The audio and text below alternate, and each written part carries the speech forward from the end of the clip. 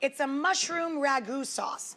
It's absolutely delicious. So it starts with a whole pound of cremini mushrooms. Creminis are baby portobellos, so they have a nice, meaty, juicy taste to them.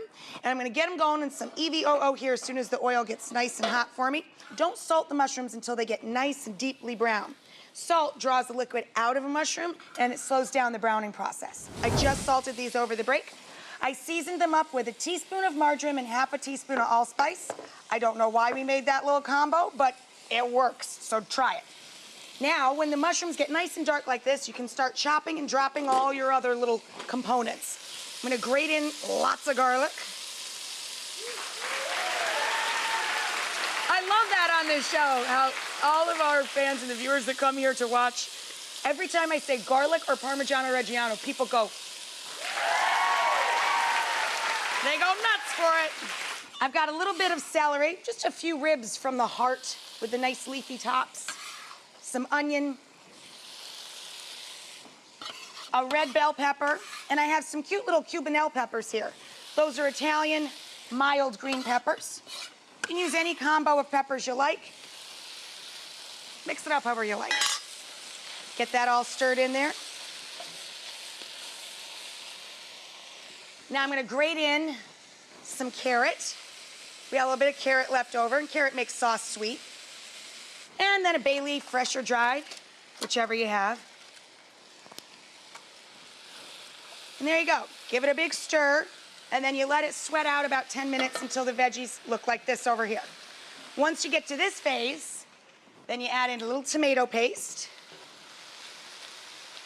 a couple of tablespoons. Stir that around so it can cook out a little bit. And then we wanted it to be kind of beefy and meaty. And whenever we cook with meat, we use Worcestershire sauce. Worcestershire sauce, as Bugs used to say. So I'm gonna give that a little shimmy shake. Put in some nice beefy Worcestershire. So we put in a nice shot of dry Italian wine. Oh, I forgot to drop my pasta. I gotta get the pasta in there. Be ready for the sauce. We use whole wheat pasta almost exclusively now in my family. So I've got a beautiful whole wheat penne with lines. Once you put it in there, don't forget to salt the water. It's the only chance you get to season the pasta itself. Now back to the wine. Of course, whenever you cook with wine, you want to reduce the wine down so most of the alcohol, of course, cooks out and the flavor gets more intense. That's why it's important. There's many affordable wines out there, literally like 10 bucks, maybe even less.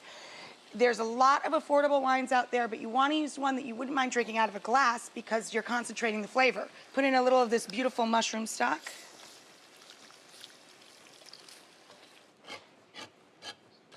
You know, there's all sorts of newfangled, the sit on the countertop electric can openers, but I kind of like the challenge of duking it out with the old-fashioned one that barely works. I know, I need a hobby. I really do. Talk to my food, I fight with my utensils. Very odd. So once I put the tomatoes in there, the stewed tomatoes are in big, thick slices. I just break them up a little bit with my wooden kitchen tool here. And that's it, guys. You just let this simmer and then you adjust the salt and pepper in it. Once it gets tossed around with the sauce, the kids won't know it's whole wheat pasta, you know what I mean? Just throw it in the pot with the sauce and then add lots of Parmigiano Reggiano, some good glue. Grated cheese. And then you might want to pull it even a little shy of al dente because you got to let it hang out in the sauce to soak up all of those great flavors. That is one good-looking pot of food.